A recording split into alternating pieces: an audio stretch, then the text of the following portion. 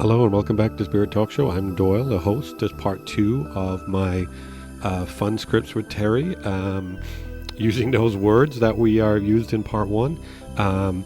We're continuing to generate these stories and scripts and poems on the spot using AI. If you guys would like to get involved, you can go to spirittalkshow.com. That's where you can get all the information about where to listen to us. Of course, you can see the information. You can contact us.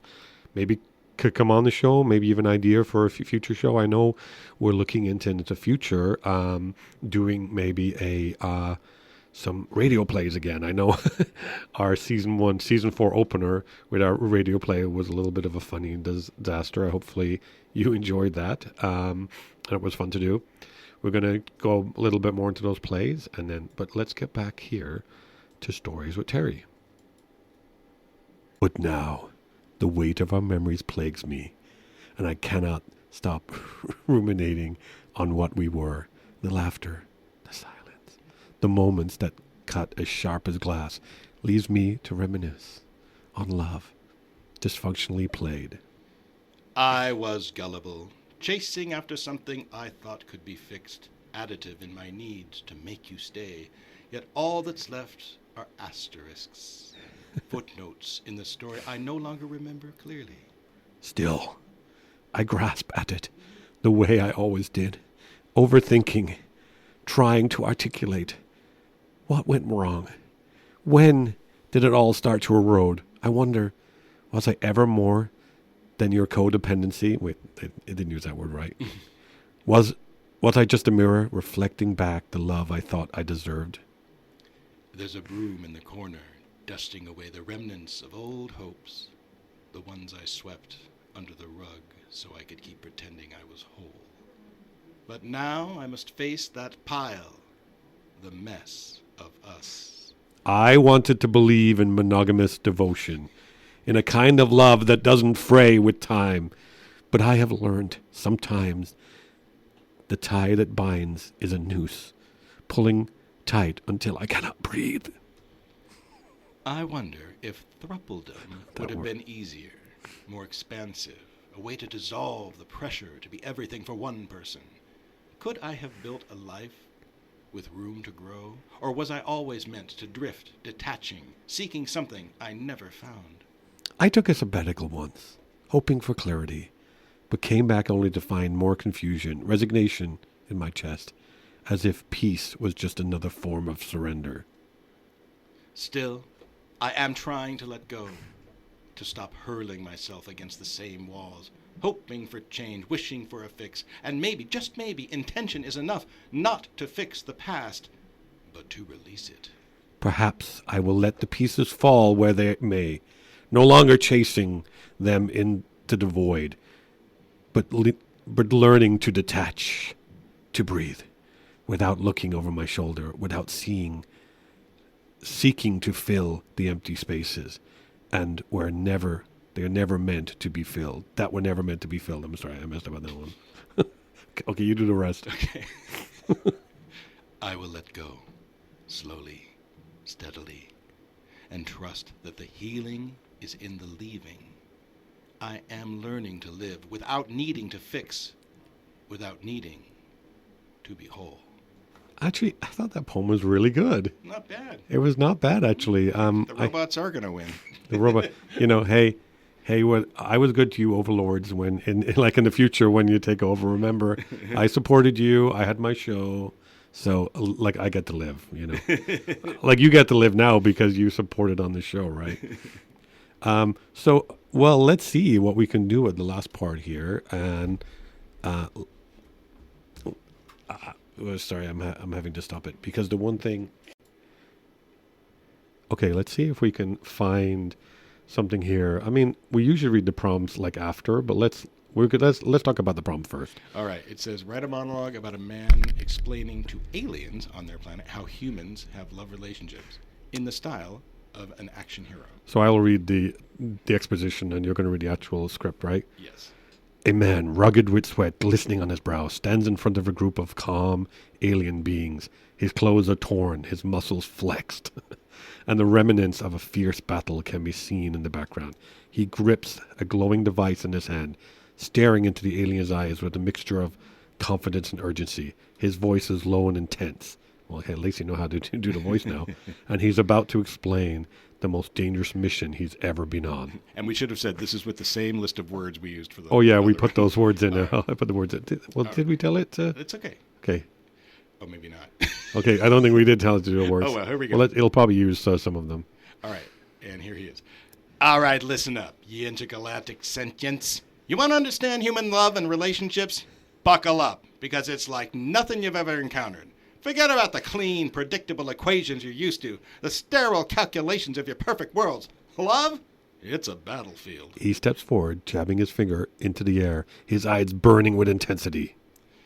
Love is the ultimate mission. You think you can just stroll in all calm and logical? No. No. This is war. It's emotional. It's messy. And it'll make you question every tactical decision you've ever made. But here's the thing. Everyone's out there fighting for the good fight, trying to connect, trying to find that one person who doesn't just get them, but who will fight alongside them. He narrows his eyes, his voice low and serious. You think it's easy? It's not. First, you got to swoop in. That's the first phase. You meet someone, there's that instant spark, that magnetic pull. Boom! Mission's on. You can feel it in your gut. Your heart starts racing, and suddenly you're not thinking about your next meal or escape route. You're thinking about them, that person. You got a target, and the clock is ticking. Can you make it happen? Can you lock down before the mission crashes and burns? That is the risk. He clenches his fist, stepping back, pacing. Now, phase 2, it's the battle for control. You both have your own lives, your own weapons, your flaws, your baggage, your past. You clash. Oh, you clash. Maybe you start off thinking you're going to be the perfect partner, but in reality, it's too hard. You start questioning yourself, your loyalty, your choices. Every day it's like being in a firefight with your own emotions. You're dodging bullets of doubt, fear, insecurity, jealousy. Those things are your enemies now. Can you make it through? Will you come out stronger, or will you crash and burn in the process? He slaps his hands on his chest, breathing. Yeah, there we go. I was hoping you'd do it. Breathing deeply like he's remembering a war wound. Here's the kicker, though. When it works, when you break through the chaos, it's not some clean victory. Oh, no, it's messy. It's like the best ambush you've ever been a part of, where for just a fleeting moment, you know that person has your back. You take a bullet for them, because they've got your six. In the face of all the madness, they're the ones who hold you up when you're ready to fall. He pauses, his voice softening for a moment, but still with the intensity. His eyes scan the aliens as if he's trying to convey the weight of it all. That's the thing. It's not always about winning or about the perfect plan. It's about holding on tight when everything around you is falling apart. You hold the line, and when you lose, when you're hurt, when everything seems broken, that's when you rebuild together. His grin returns, cocksure for fear. I've never heard that word, cocksure? Fearless. It just means sure. Wow. So yeah, love, it's the toughest mission of them all. Doesn't make sense. It doesn't always go the way you think. But if you're in, you're all in. You fight. You never back down. You may walk away with scars, but those scars, those are your trophies. You did it. You loved. You survived. He slams the glowing device in his hand. The energy's surging as the expression grows even more intense. So, aliens, if you want to understand love, strap in, get ready. Gonna be a hell of a ride. That is really funny, actually. And you perform it so well. Oh, my gosh. That's like perfection. So what did you think of that story?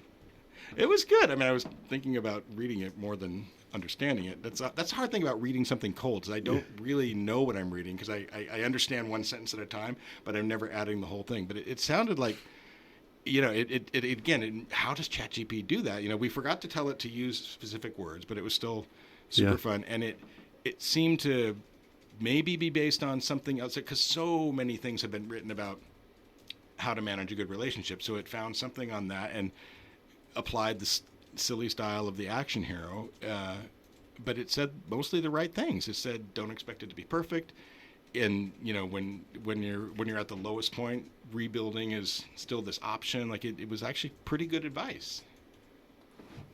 Well, it's actually, It was decent, and I like. Of course, he performed it so perfectly. I kind of missed part of the story because I was so enthralled with your performance rather than the words. But yes, I distract a lot of people. so you distract me just being in the room, right?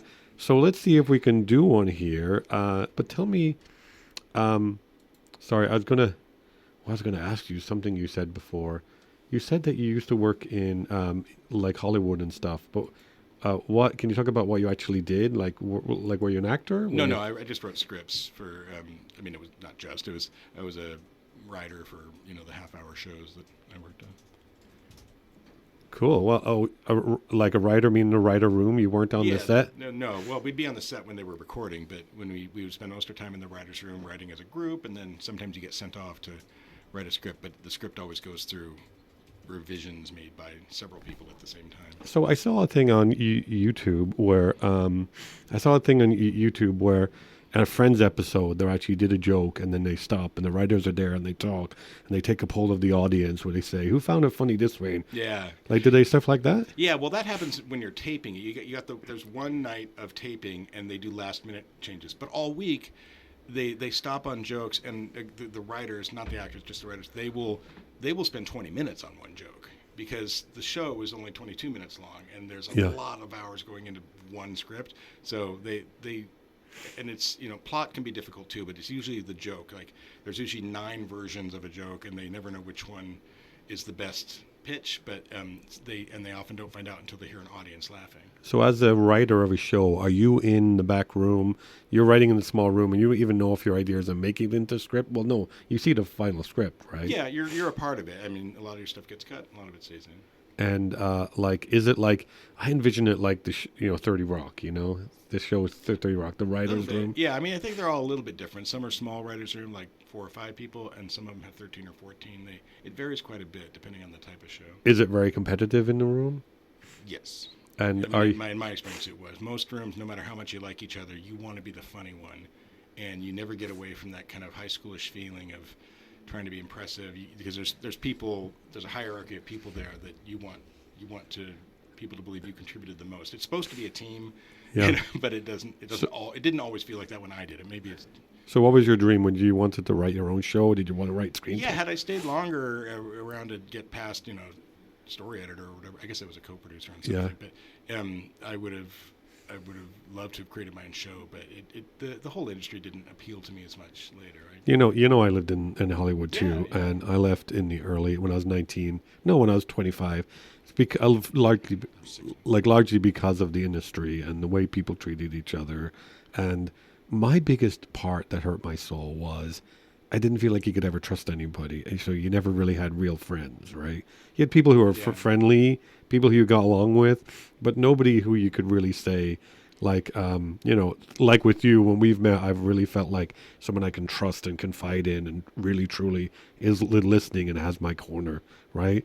And it's hard to find. I was stealing your money when you thought that. Well, of course, yeah. I mean, obviously, when you got me high, right? Well, and I've got so much of it to steal, right? Well, I know you're strapped for time, so let's do this one more script here. And thank you for being my first episode in 4 seasons that I'm going to have to edit, by the way. Because we made a little mistake there at the beginning, partially my fault, partially trying to do the cold reading. The cold reading. I should have read it first. I like to do, I think part of my gimmick I'm trying to do is just cold read, right?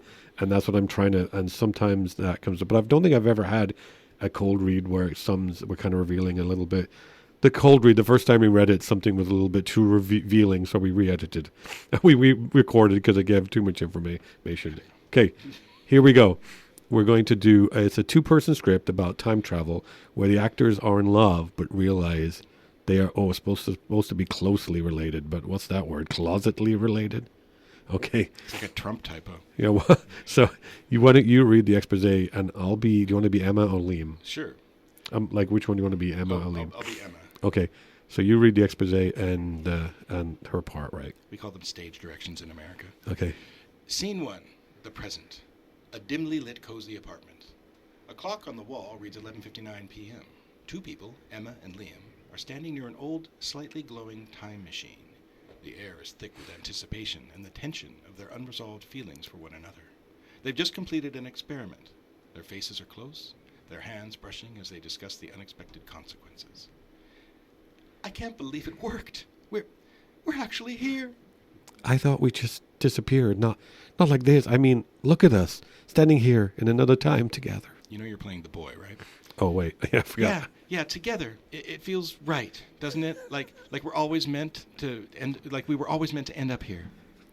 I don't know what's happened, Emma, but standing here with you, it feels like we've done this before. Like we've always been this close. Maybe we have. Maybe somewhere in time we've been through this before. I don't know how to explain it, but you feel it too, don't you? I do. I don't understand. See, but a stutter in there for me. I don't understand, but there's this connection. It's like fate pulling us together no matter where or when we are. I know. I thought it was crazy, but maybe we were just meant to figure this out together. We always figure out everything together, no matter what. Oh, always. I like that. Always. Oh. So you think, I mean, if we really have traveled through time, does that mean are we in the same timeline? Or are we changing things? I don't know, Emma. Time travel's unpredictable, but we've got each other, and that's all that matters, right? Their hands touch again, this time lingering. The warmth between them intensifies, but then the machine flickers unexpectedly, and a strange noise hums from the device. It's the sound of time itself stretching and distorting. That's what town stretching and distorting sounds like. Mm-hmm. I think it's your part. What's happening? What's wrong with the machine? I don't know. Wasn't supposed to do this. The air shifts, and suddenly the room is no longer the same. The walls flicker, the sound of the present fades out.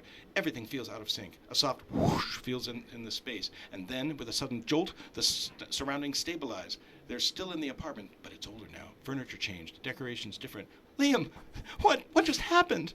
I think we've jumped again, but this isn't the future. This is... Liam walks to a picture on the wall. It's an old photograph of a young man and woman, clearly in love. He reaches out and touches the frame, his fingers trembling. That's us. What? No, Liam, it can't be. That's impossible. Emma, look at us. The same faces, the same smiles. This is us. But in another time. How is it even possible? No, this can't be real. This is wrong. We can't.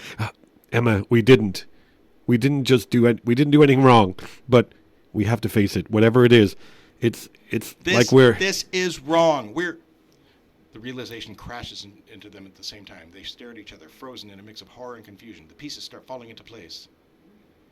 This picture. It's not just us in different times, Liam. That woman, she looks like my mother, and you're related to me. No, it can't be. We can't be. But the face in the photo, the look in our eyes, it's the same. We're connected, but not in a way I didn't want to see. We can't do this, Liam. We can't keep this whatever this is. I thought... I know, Emma. It isn't what I imagined, but somehow it doesn't change how we felt. It doesn't change that I... He stops, his words catching in his throat. He can't say it. Not now, not when everything is crashing down around them. What do we do now, Liam? What happens to us? Can we ever go back? I don't know. I don't know how to fix it. But I promise you, Emma, I'll figure it out. We'll figure it out.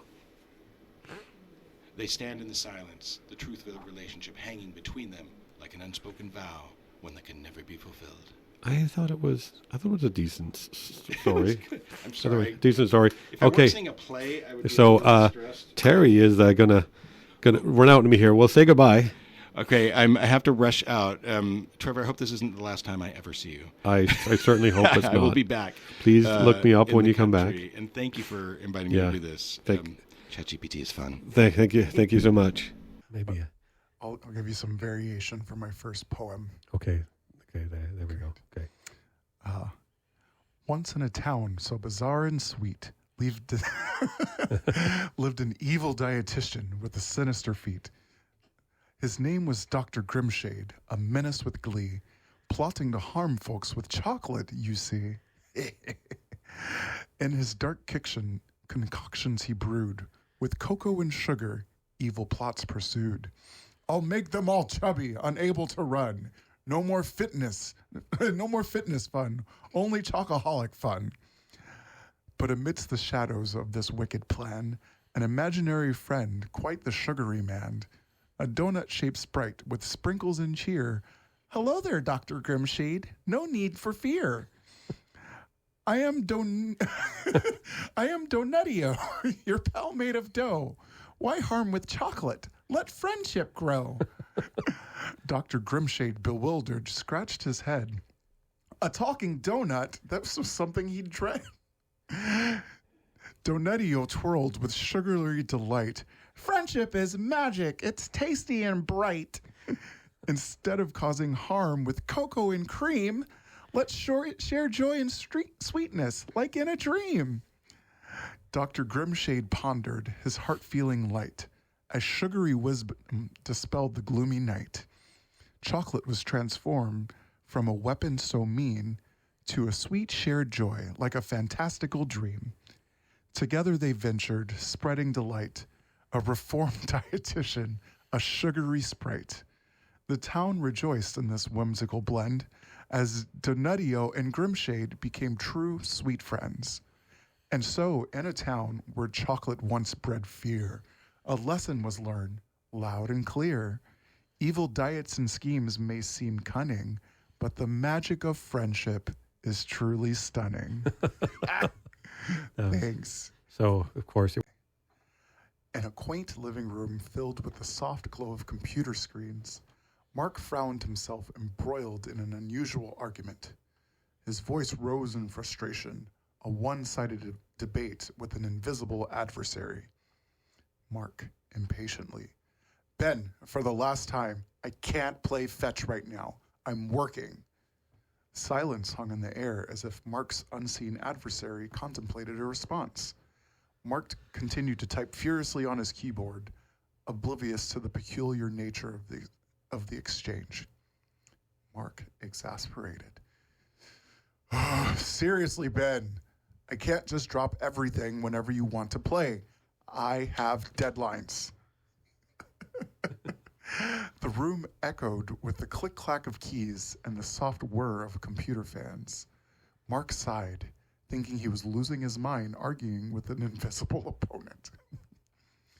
Mark, irritated. What do you want, Ben?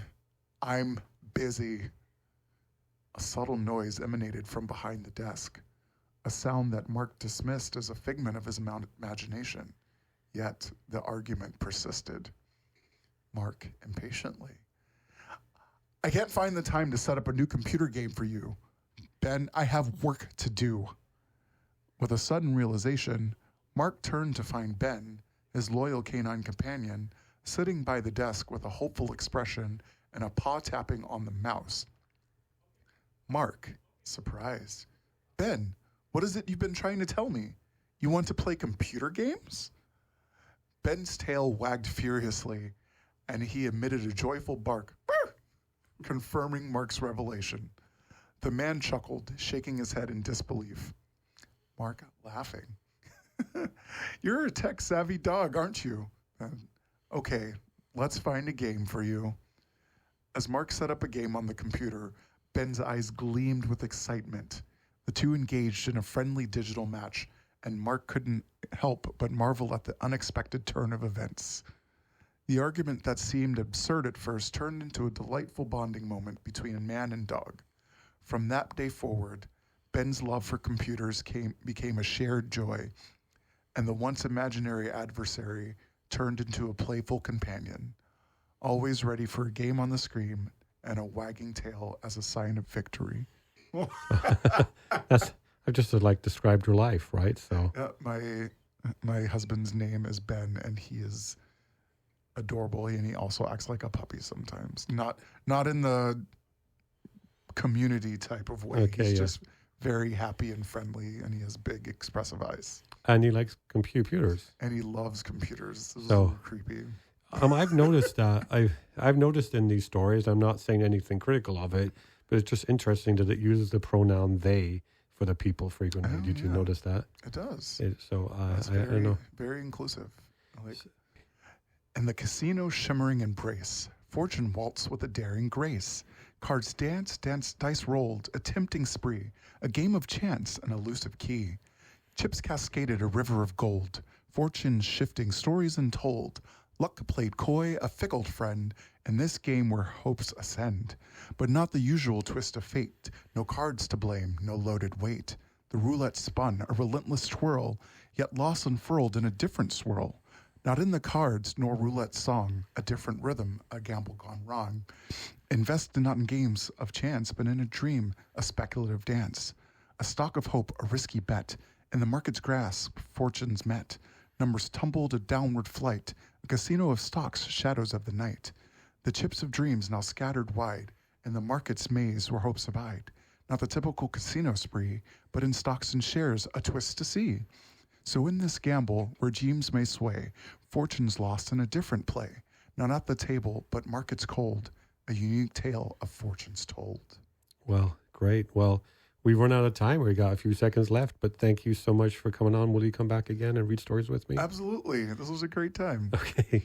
Well, thank you so much. If you guys would like to come and join and read some stories with me or have some stories you'd like to read, go to spirittalkshow.com. So I want to say goodbye. Goodbye. Okay. Goodbye. Goodbye. I think it's the year 1900. But thank you all for listening. I hope you guys all come back. Maybe we'll try this Choose Your Own Adventure again. Spirit Talk Show. If you guys would like to get involved, go to spirittalkshow.com. You can see all the information there and say goodbye, Howie. Goodbye, Howie. So, talking to yourself in person. And good night.